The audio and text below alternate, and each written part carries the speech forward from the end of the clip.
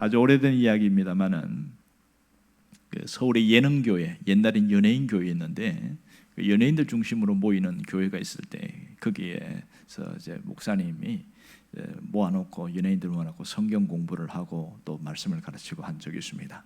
근데 이런 유명한 에피소드가 하나 있습니다. 마태복음 1장을 이제 펴놓고 성경을 가르치고 이제 쭉 읽어 나가는데 처음 나온 분이에요. 이해가 안 된다고 하면서 나중에 질문을 하는데 성경 공부를 진도를 진행할 수 없는 그런 일들이 벌어지기 시작한 겁니다. 그건 뭐냐면 공부를 하면서 마리아가 처녀의 몸으로 아이를 가졌다 그렇게 이야기를 하고 또 그 요셉, 정혼한 요셉이 이것을 받아들였다. 처음에는 거절하고 거부하다가 성령이 그에게 갇혀서 그걸 인정하게 되었다. 이렇게 하면서 그 다음으로 넘어가려고 하는데 이분이 목사님 질문이 있습니다. 뭐예요? 상식적으로 생각해보다 말도 안 되는 이야기를 하시는데 이걸 해결 안 하고 2장으로 넘어가면 곤란하지 않겠습니까? 그래서 딱 중단돼 버린 거예요. 그래서 계속 설전이 왔다 갔다 하는데 설명을 해도 이해 안 되는데 그걸 왜 자꾸 이해하라고 합니까? 뭐 이러면서 이제 얘기가 되는 거예요. 답답하죠. 얼마나 힘듭니까? 그러다가 옆에서 하도 이제 이 말이 어려우니까 구봉서 그때는 그 집사였는데 뭐 장로인데 돌아갔습니다만은 그분이 딱 한마디 해갖고 모든 것이 평정이 되었습니다. 뭐라고 얘기한지 아세요? 야, 지 서방이 믿는다는데 네가 왜 난리야? 끝. 무슨 말인지 못 알아듣으면 집에 가서 생각해 보세요. 요셉이 이 사실을 믿는다는데 네가 이해 안 된다고 안 믿으려고 하는 그 자체가 말이 안 된다. 그 얘기를 하고 있는 겁니다. 성경을 읽다 보면 특별히 이해가 안 되는 일들이 참 많습니다. 우리가 이해하고 믿으려고 하면 죽을 때까지 이해 못하는 게 있을 겁니다. 신앙생활을 잘하려고 하면 믿으면 이해가 되어지는 일이 많습니다. 제 경험에서도 그런 일이 참 많습니다. 그 중에 하나가 임마누엘입니다. 임마누엘은 단어가 오늘 나오는데 이 임마누엘은 세 개의 단어가 조합되어 있습니다. 임이라는 말은 함께라는 뜻이고 마누라는 단어는 우리와 이런 뜻입니다. 엘은 하나님입니다. 세 단어를 합치면 하나님이 우리와 함께 하신다 그런 뜻입니다. 그러면 이 임마누엘이 오게 된 이 출발을 한 배경이 있습니다. 이 역사적인 배경은 조금 약간 의아스러운 일들이 있습니다. 유다의 왕들 중에 아하스라는 왕이 있을 때에 나타난 일입니다. 당시 세계 정세에는 아시리아가 계속 강대국으로 성장하고 있는 상황에서 모든 주변 나라들이 두려움을 느꼈는데 성경은 아수르라고 나오지요. 그런데 아시리아의 두려움을 느낀 그 북쪽 아람, 지금 시리아 지역을 말합니다. 아람과 북이스라엘이 야 우리가 이러다가는 우리가 죽는다. 그래서 동맹을 맺자 해서 연합을 해서 동맹을 했습니다. 그러고 나서 남유다에게 너희들도 우리와 함께 동맹을 맺자. 이 아하스에게 요청을 한 거예요. 그랬더니 싫어 이랬어요. 나 싫다고 이랬어요. 그러니까 이 북쪽 아람과의 북이스라엘이 동맹을 맺는데 열받은 거예요. 우리와 동맹 안 맺는다고? 그러면 우리가 너희들 치지. 이래서 전쟁을 일으켜서 남유다를 밀고 내려오는 거예요. 이 상황 속에서 있었던 일입니다. 얼마나 두렵습니까? 이런 상황 속에서 하나님이 이사야 선지자를 보내서 네가 아하스 왕에게 가서 이야기해라. 그래서 뭘 얘기할까요? 하나님이 이 유다를 지켜줄 것이라는 것을 알려줘라. 어떻게 알려줄까요? 야, 징조를 구하라고 해라. 그래서 아하스 왕에게 하나님께서 말씀하시는데요, 징조를 구하라고 합니다. 어떤 것이든지 하나님이 이 유다를 지켜줄 거라는 징조를 구하시면 하나님이 그대로 해줄 겁니다. 이렇게 이야기했어요. 그렇다면 그럼 여러분 같으면 어떻게 하겠어요? 그래요? 그러면 기도원처럼 비가 아침에 이슬이 내리는데 한 번은 양털은 여기는 이슬이 안 내리고 다른 데는 이슬이 적게 해주세요. 이런 표정이 있잖아요.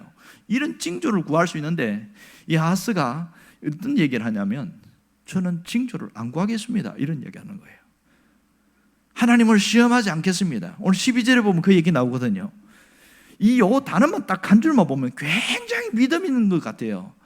나는 여호와를 시험하지 아니하겠나이다 뭐 이렇게 이야기하는데, 그런데 앞뒤를 보면 이게 어마어마한 불신앙에서 나온 거예요.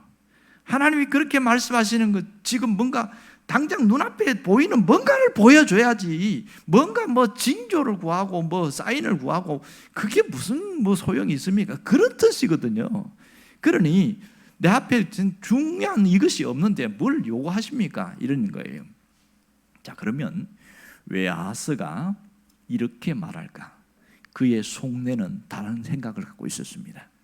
강대국 아시리아가 계속 할 때에 내가 아수르와 함께 어떤 조약을 맺고 이런 생각을 한 거예요. 다른 대안이 아수르였습니다. 그것이 얼마나 패착이었는지는 나중에 알게 됩니다만은 이 아하스가 잘못 생각한 거죠. 그러면 어떻게 합니까? 하나님이 이렇게 말하는데도 징조를 저는 안 구하겠습니다 이러면 이런 싸가지 없는 자식 이러면서 막 그냥 알았어 그만둬 이래야 끝이잖아요. 그런데 성경에 뭐라고 그러냐면 그러므로 내가 징조를 보여주리라 이러면서 얘기를 하시는 거예요. 그 다음 이어지는 얘기 보면 그러므로라는 것은 뭐예요? 이 아하스 왕이 징조를 믿었기 때문에 준다는 거예요? 안 믿었기 때문에 주는 거예요? 불신하고 안 믿겠다고 하는 그런 상황 가운데 하나님이 내가 징조를 보여주리라 한 것이 이사야 7장 14절 내용입니다. 그 유명한 사건이 바로 불신 가운데에서 하나님이 하신 일인 것을 알 수 있습니다. 14절에 보면 그러므로 주께서 친히 징조를 보여주시리라 이렇게 이야기하고 있어요. 이 거절하고 말도 안 되는 가운데 있습니다. 그럼 그 징조가 뭐냐? 보라 처녀가 잉태하여 아들을 낳을 것이요 그 이름을 임마누엘이라. 불신앙 가운데서의 임마누엘이라는 단어가 여기서 처음 나오고 있는 것이죠. 그러니 이 임마누엘의 약속, 이게 처음에 이해가 안 됐어요. 우리는 보통 내가 믿겠습니다. 그러면 하나님 뭘 보여주실래요? 이렇게 되는 게 정상인데 아하스는 완전한 불신앙 가운데에서 그 가운데서 하나님이 직접 내가 그래도 유다를 지키겠다는 징조를 보여주겠다 이렇게 얘기하면서 말했습니다. 여기서 임마누엘은 우리가 무슨 뜻인지 너무나 잘 알고 있습니다. 결국은 무슨 얘기냐면 아하스의 불신앙에도 불구하고 인간의 연약함에도 불구하고 하나님의 열심이 이 언약을 이루어 나가겠다는 겁니다. 왜? 다윗과 한 약속을 지키기 위해서 하나님이 이 아하스가 아주 좀 못돼 먹었잖아요. 그럼에도 불구하고 하나님은 그 언약을 지키겠다는 거예요. 성경에 보면 그런 표현이 있지요. 만군의 여호와의 열심히 이루리라 이렇게 이야기합니다.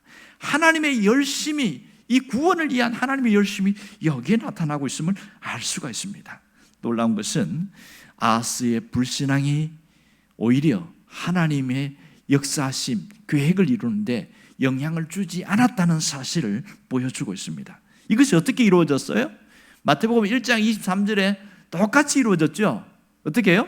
보라, 처녀가 잉태하여 아들을 낳으리니 그 이름을 임마누엘이라 하리라 하셨으니. 그 무슨 뜻이에요? 이사야 7장 14절에 예언했는데 그 예언이 지금 성취되었다, 그런 뜻입니다. 735년 BC 735년에 이사야를 통하여 예언한 그 내용이 700년 후에 예수 그리스도의 탄생으로 이어지게 되었습니다. 교회를 다니는 사람들은 이 사실을 너무나 잘 알고 있습니다. 왜요? 매번 성탄절마다 예수님의 오심에 대한 이야기를 듣기 때문에 잘 알고 있어요. 여기서 중요한 것을 깨달을 수 있습니다. 하나님은 한번 약속한 것은 중단하시거나 취소하지 않으신다는 사실입니다. 약속하신 것은 반드시 이룬다는 것을 잊지 않기를 바랍니다. 그러므로 성탄을 기다리는 자에게 약속은 이루어진다. 지금도 우리와 함께 하심을 믿는 자에게는 그 약속이 그대로 성취된다는 것을 말합니다.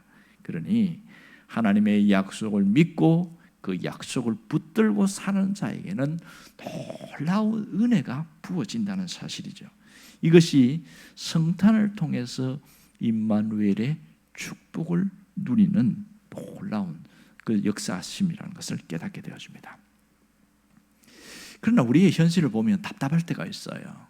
왜냐하면 임마누엘에 대해서 많이 알고 이해하고 있지만 그 임마누엘을 얼마나 경험하고 있는가 물어보면 말을 못하는 분이 많습니다.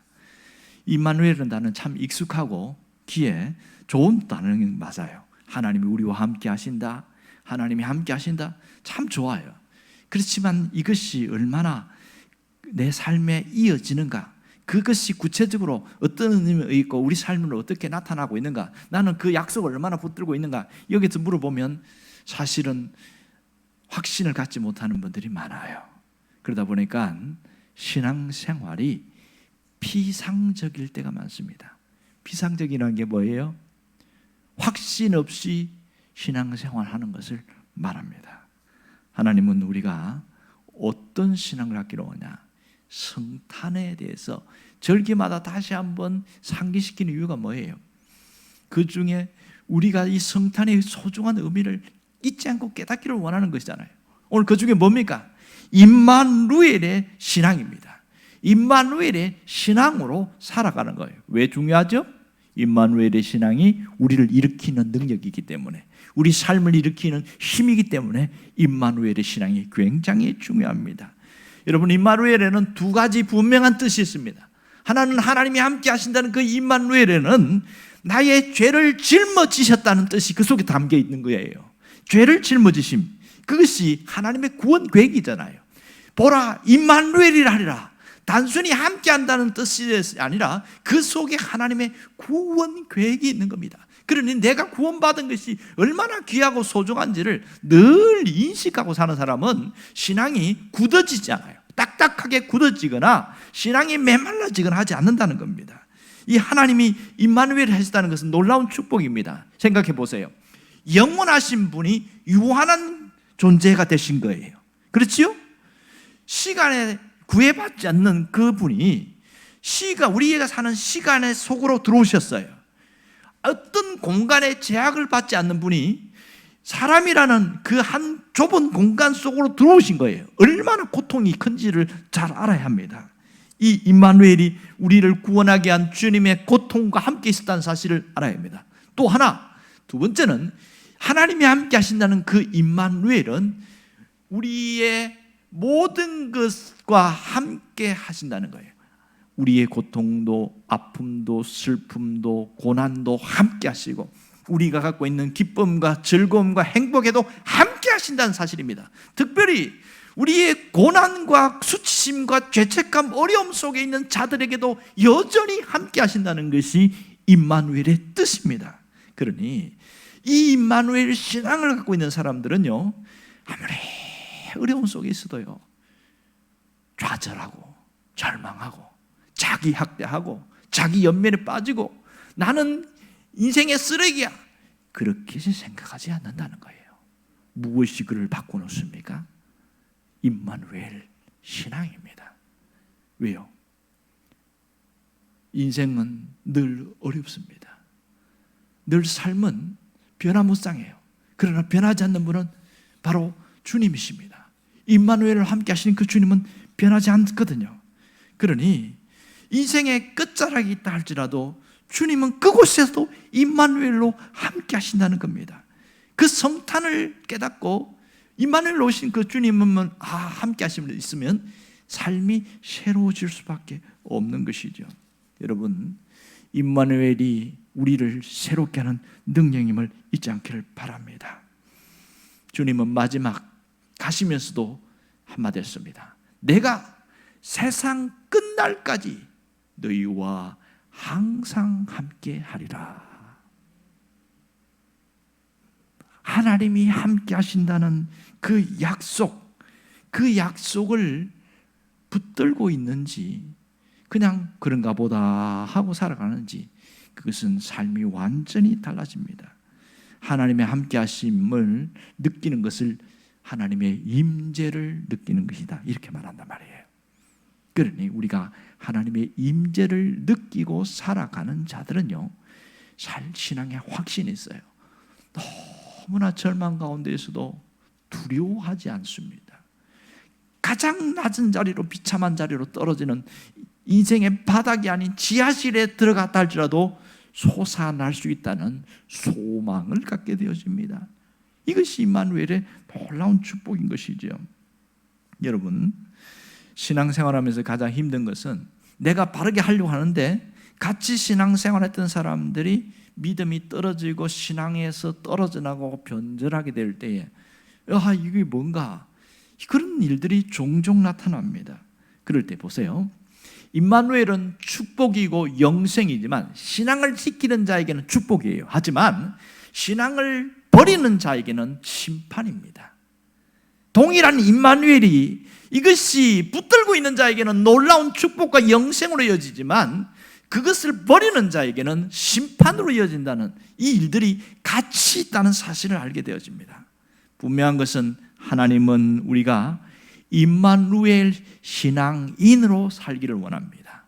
임마누엘 신앙을 가진 그런 신앙인이 되기를 원한다는 사실이죠. 누가 임마누엘 신앙인입니까? 그것은 복음을 붙들고 복음을 지키는 자가 임마누엘 신앙인입니다. 교회 나오는 사람 중에 두 종류 있는 거 아시지요? 한 사람은 복음을 지키는 사람입니다. 복음을 붙들고 있는 사람이 있어요.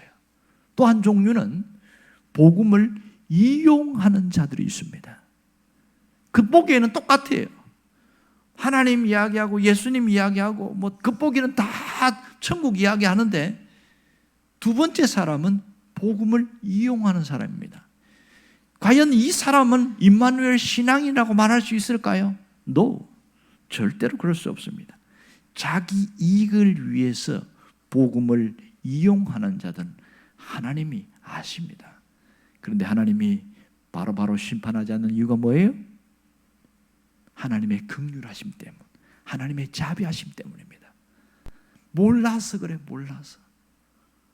이 복음의 비밀이 얼마나 소중한지 알면은 복음을 지키려고 하지 복음을 이용하려고 하지 않을 거야. 그래서 기다리시는 거죠. 사실 보면 교회 다니는 사람들에게 욕을 먹는 것이 이런 것입니다. 불신자들이 욕하는 게 그래요. 예수 믿는 게 그런 거면 나는 죽어도 안 믿겠다, 이렇게 이야기합니다. 그런 게 예수 믿는 거면 나는 차라리 지옥 가고 말겠다, 이런 끔찍한 얘기를 하는 경우가 있어요. 가슴 아픈 얘기예요. 왜 그럴까? 모두가 그런 건 아니지만 복음을 지키려고 하는 사람들 중에서도 실수하긴 하지만 사실은 그렇지 않고 복음을 이용하려는 사람들이 있어요. 그런 사람 때문에 더 많은 주님의 영광 가려지는 일이 너무나 많습니다. 그러나 오늘 우리가 관심 가져야 할 것은 이 뒷부분이 아니에요. 복음을 붙들고 사는 것, 복음을 지키는 삶을, 이게 우리가 관심 대상이라는 것을 알아야 됩니다. 내가 임마누엘 신앙인으로 산다는 것은 어떻게 산다는 거예요? 복음을 붙들고 살고 복음을 지키는 신앙으로 산다는 것이지요. 또 하나는 내가 주님의 메시지가 되겠다고, 주님의 메시지가 되겠다는 그 마음을 갖고 살아가는 게 임마누엘 신앙입니다. 여러분, 복음을 지키고 복음 믿음으로 살아가는 삶 자체가, 그것이 내가 주님의 메시지가 된다, 그것을 놓치지 않아야 됩니다.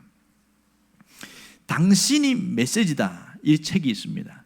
캐리 슈과 크리스 슈, 이 부부가 쓴 책인데요, 여기 보면 Be the Message, 당신이 메시지다, 두란노에서 나온 책입니다. 거기 보면 책의 핵심이 뭐냐면 복음을 지키고 믿음으로 살아가는 삶 그 자체가 주님의 메시지이다, 이런 얘기를 하고 있어요. 그 책에 보면 이런 얘기합니다. 아주 인상적인 부분이 나오는데 제가 한번 읽어드리겠습니다. 한 번은 내가 우리 교회 청년부들을 집에 초청하겠다고 약속을 했습니다. 한두 사람이 아니고 수십 명이 한꺼번에 몰려오기 때문에 준비해야 될 것이 한두 가지가 아니었습니다. 그런데 그날 여러 가지 일 때문에 일이 꼬이고 복잡하고 학생들은 몰려오겠다고 하는데 시간은 와닿고 급하게 장을 보러 시장에 갔습니다. 마트에 도착할 무렵 비가 내리기 시작했고 출입구 가까이 주차장은 꽉 차 있었습니다. 그리고 물건을 골라서 소액 계산대에 줄을 서기 시작했는데 그 계산대에 빨리 가기 위해서 10개 이하의 숫자로 줄여서 섰습니다. 내 앞에는 한 사람이 있었습니다. 빨리 갈 수 있겠구나 그렇게 생각하고 있는데 이 앞에 있는 사람이 물건을 끄집어내는데 10개를 훌쩍 넘겼습니다.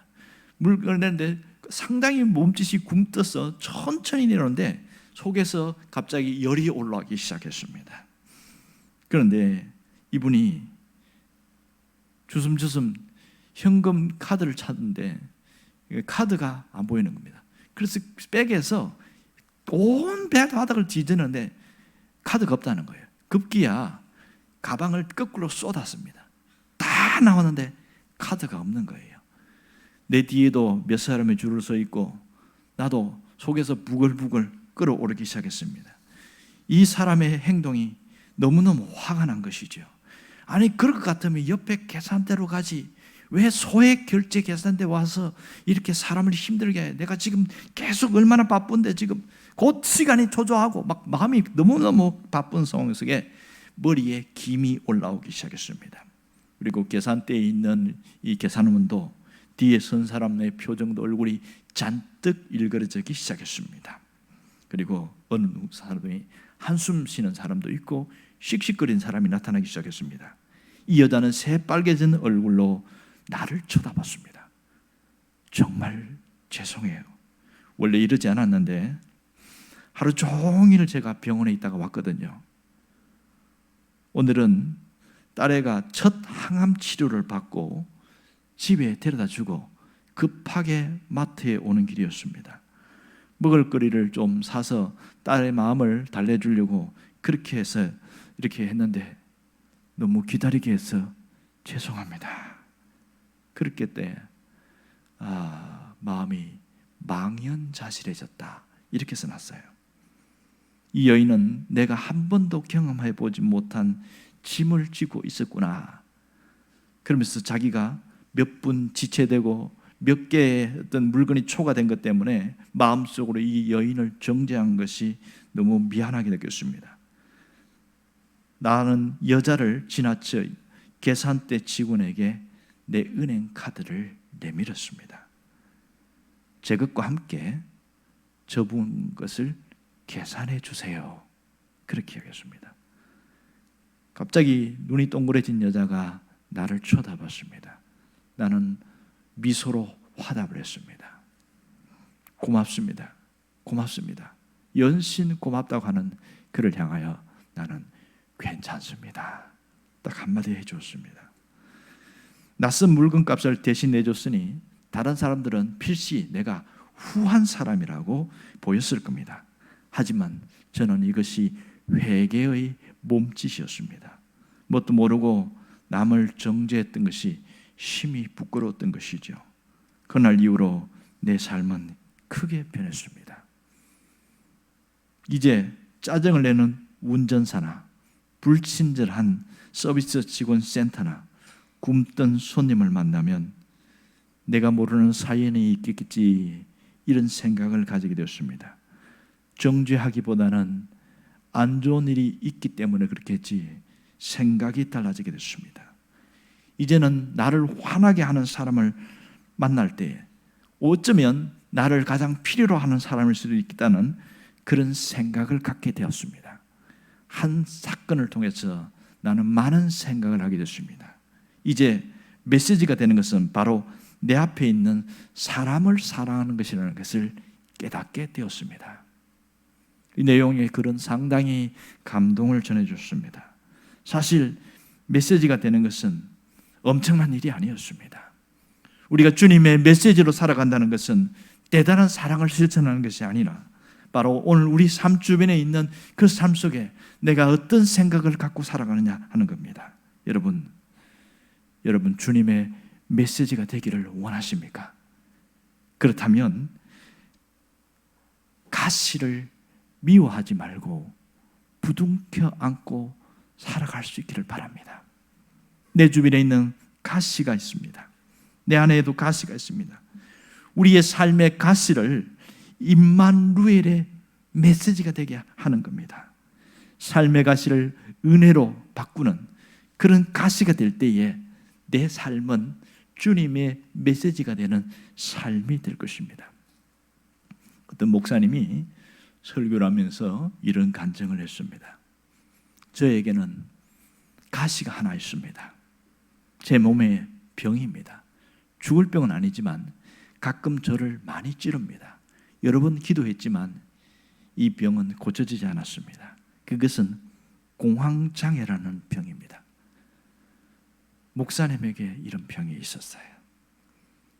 제가 몸을 잘 관리하고 컨디션과 스트레스를 덜 받게 하면은 얘는 나를 건드리지 않았습니다. 하지만 몸이 피곤해지고 면역력이 떨어지면 어김없이 나타나서 나를 휘감고 휘저었습니다. 가장 힘들 때는 설교할 때였습니다. 한 번은 미국에 설교하러 갔는데 너무 바쁘게 분주하게 시차도 맞지 않고 그러면서 힘들게 왔는데 딱 강대상에 올라오는데 원치 않는 이 손님이 찾아온 거예요. 갑자기 공황장애가 발작이라는 겁니다. 여러분 그거 아시죠? 공황장애 오면 가슴이 쪼여오고 호흡이 가빠지고 숨쉬는 게 굉장히 어려워집니다. 올라가면서 야 내가 이렇게 설교할 수 있겠나? 이 교인들이 나를 바라보고 있는데 어떻게 해야 되나? 이 가시가 나를 찌르기 시작한 거예요. 옆에서 이제 예배는 진행되고 있는데 앉아가지고 기도하고 있는 겁니다. 주님, 나를 불쌍히 여겨주세요. 이 성도들을 불쌍히 여겨주세요. 제가 지금 이 상태로 강단에 서면 한마디도 못하고 내려와야 됩니다. 그때의 기도는 정말은 간절한 기도였습니다. 하나님 앞에 간절히 기도하는데도 여전히 풀리지 않았습니다. 계속 가슴이 쪼여오고 호흡이 거칠어지기 시작했습니다. 큰일 났다. 그런 마음이 있을 때 그래서 시간이 되어서 이 강단을 걸어와서 사랑하는 여러분 하면서 기도하기 시작했습니다. 그 순간 갑자기 호흡이 차분해지기 시작하더니 몸이 정상 상태가 되었습니다. 그때의 은혜는 이루 말할 수가 없었다. 그렇게 얘기했습니다. 자신은 늘 이 공황장애가 자기를 찌르는 가시였다는 겁니다. 그러면서 자기가 사도 바울이 이해가 됐대요. 사도 바울에게 있던 그 가시가 내가 겪어보니까 충분히 이해가 되더라는 겁니다. 바울은 이 가시를 제거해달라고 애절하게 기도했지만 내 은혜가 너에게 족하다. 그러면서 하나님이 그 가시를 제거해주지 않았다는 것이 느껴진 거예요. 나도 여러 번 기도해봤지만 하나님이 제거해주지 않았습니다. 오히려 생각을 바꾸게 되면서 이 가시 때문에 더 주님을 의지하게 되었고 가시 때문에 복음을 전하는 도구가 되었고 내가 가시 때문에 더 교만하지 않게 되었습니다. 이렇게 고백한 거예요. 이 삶의 가시로 인해 나는 임마누엘을 경험하게 되었고 이 가시가 나의 간증거리가 되었습니다. 제 몸에 아픈 가시는 저에게 크다란 선물이었고 메시지가 되어서 돌아왔습니다. 저는 굉장히 진한 감동이 느껴졌습니다. 사람마다 저마다 가시가 있습니다. 질병의 가시도 있고 사람의 가시도 있습니다. 저 사람만 없으면 내 인생이 좀 편할 것 같은데 그렇게 느껴질 때가 있어요. 그것이 주님이 내 곁에 붙여준 가시라는 것을 안다면 품을 수 있어야 합니다. 가시를 부둥켜 안고 품고 살아가게 될 때에 주님은 놀라운 역사를 하게 됩니다. 그 가시를 품고 사는 그 자체가 내가 주님의 메시지로 살아간다는 사실을 놓지 않기를 바랍니다. 여러분 삶의 가시를 나를 아프게 찌른다고 할지라도 주님을 더 붙들게 되고 저지하게 될 때에 임마누엘의 은총을 누릴 수 있게 되는 것이지요. 우리의 가시는 우리의 때로는 우리의 인생 끝까지 가는 그 상황 속에도 나를 붙들게 되는 힘이 될 때가 있습니다. 가시가 은혜로 바뀔 때 가시는 나에게 주님이 주시는 선물이 된다는 사실입니다. 여러분, 가시가 선물이 되고 인생의 끝에서 함께 하시는 하나님을 고백하게 되는 것은 주님이 우리에게 오셨기 때문입니다. 우리와 함께 하시기 때문에 그럽니다. 내가 누군가를 위한 메시지가 되리라고 주님이 말씀하고 있습니다. 너는 나의 메시지가 되라. 그것이 임마누엘의 신앙인으로 살아가는 자에게 주시는 분명한 주의 뜻입니다. 여러분, 오늘 우리가 선물로 오신 주님을 경험했다면 나도 누군가에게 귀한 선물이 되어야 됩니다. 임마누엘로 함께 하시는 하나님, 지금도 말씀하고 있습니다. 내가 너와 함께 하고 있지 않느냐? 내가 너와 동행하고 있지 않느냐? 뭘 두려워하고 뭘 겁을 내느냐? 걱정하지 마라. 내가 너와 함께 하기 때문에 절대로 무너지지 않는다. 아하스에게, 두려워하는 아하스에게 절대로 이 유다는 망하지 않는다고 말씀하셨던 그 주님이 우리에게 동일하게 이야기합니다. 무엇으로? 임마누엘로 말씀하십니다. 그러므로 가시를 품고 살아가고 껴안고 살겠다는 신앙적 결단이 있으면 이 사람은 한평생 임마누엘의 신앙인으로 살아간다는 사실입니다. 이 사람은 한평생 주님의 메시지가 되어서 살아가는 사람이라 할 수 있습니다. 이 사람에게 주님이 무슨 칭찬할까요? 잘했다. 네가 잘 참았다. 네가 잘 견디었다. 너는 착하고 충성된 종이야. 주님은 크게 칭찬할 겁니다. 여러분이 그 칭찬을 받는 자가 되기를 주의 이름으로 축원합니다.